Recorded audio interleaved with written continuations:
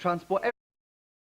You could afford to pay more tax at one point. Because of all the changes, if we hadn't done the 1p off, there would have been some families not on very high income who'd lost out. And it was necessary to balance it all and give everybody a decent chance. By increasing the cost of fuel, increase the cost of everything else. So We've you've given already up on one discussed end, that.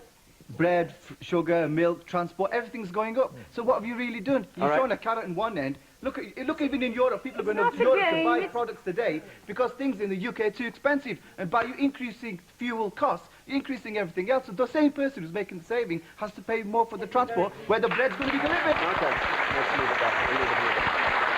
Right, now we're going to move on. We're going to move on to another question. In taxation, there was a net cut in taxation. We're going to move on before we know from Nasir Hafezi, who is a law lecturer. Yes, sir. Yeah, hi.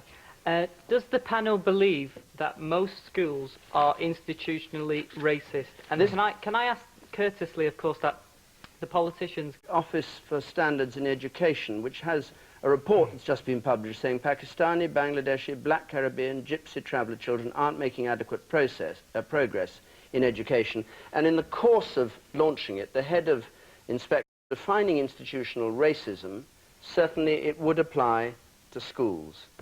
Who would like to start on that? Jackie Ballard.